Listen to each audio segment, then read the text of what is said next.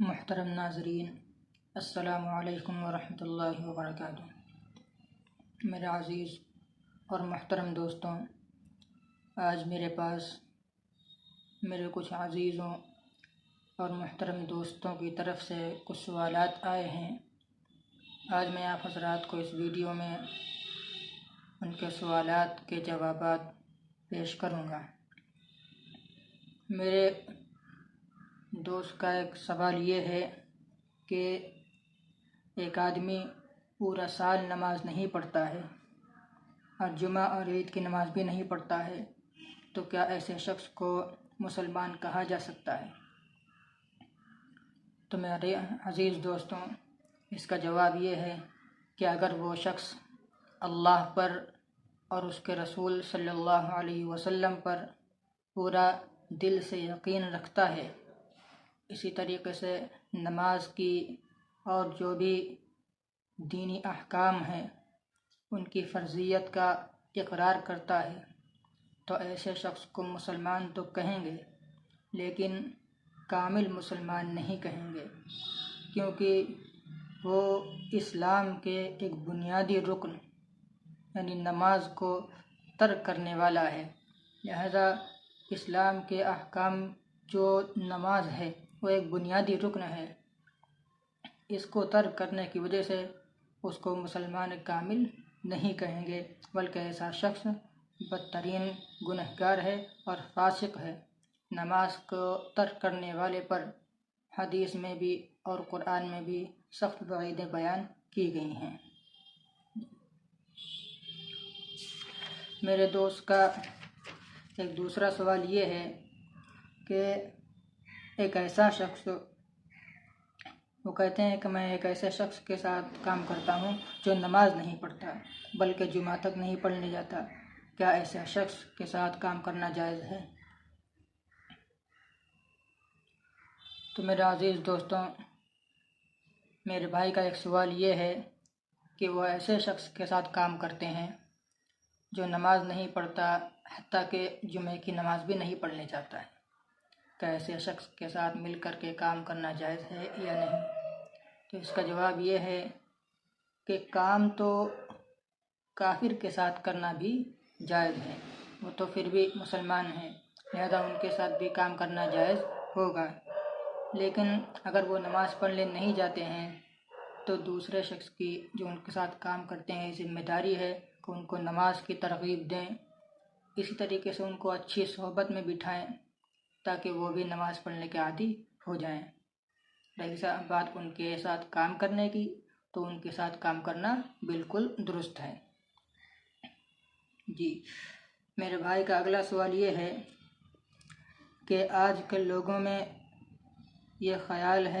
کا یہ خیال ہے کہ پہلے اخلاق درست کیے جائیں پھر نماز پڑھنی چاہیے۔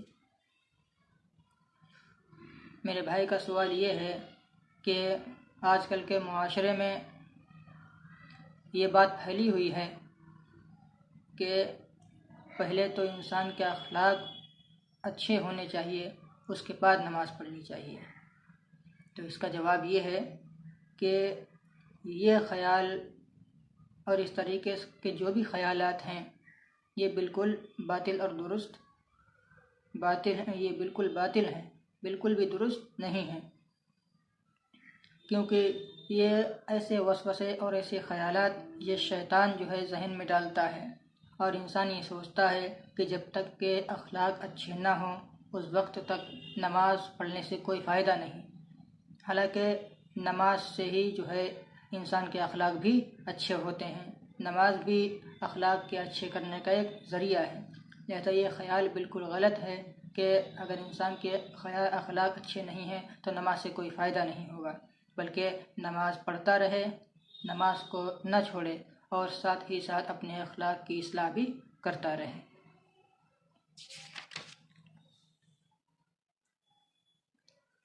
میرے بھائی کا اگلا سوال یہ ہے، لیکن یہ سوال بھائی نہیں بلکہ میری ایک بہن کی طرف سے ہے۔ ان کا سوال کیا ہے؟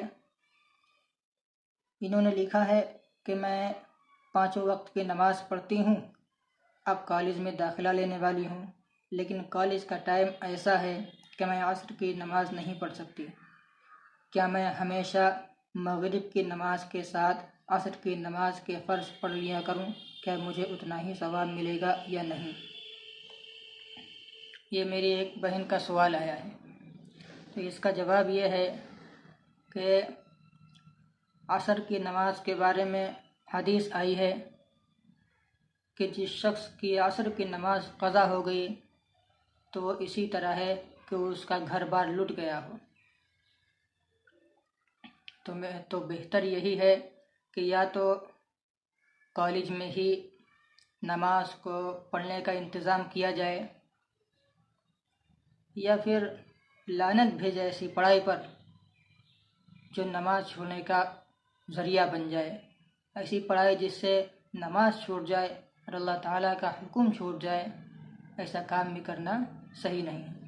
اگر پڑھائی کی وجہ سے نماز چھوٹ رہی ہے تو ایسی پڑھائی پر لعنت بھیجے، لیکن اللہ تعالیٰ کے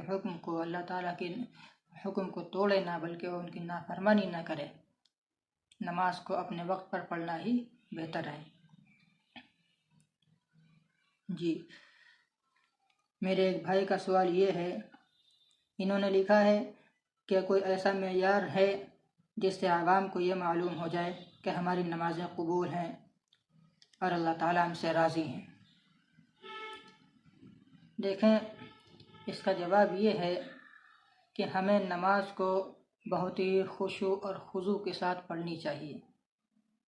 جو نماز کے شرائط ہیں، جو آداب ہیں، ان آداب کو بجا لا کر پوری توجہ اور خشوع و خضوع کے ساتھ نماز ادا کرنی چاہیے۔ پھر اس کے بعد اللہ تعالیٰ کی ذات سے امید یہی ہے کہ اللہ تبارک و تعالیٰ ہماری نماز کو قبول فرمائیں گے، کیونکہ وہ رب کریم ہیں، رحیم و کریم ہیں۔ اس لیے اللہ تعالیٰ سے امید یہی ہونی چاہیے کہ وہ ہماری نماز کو قبول فرمائیں گے۔ السلام علیکم ورحمۃ اللہ وبرکاتہ۔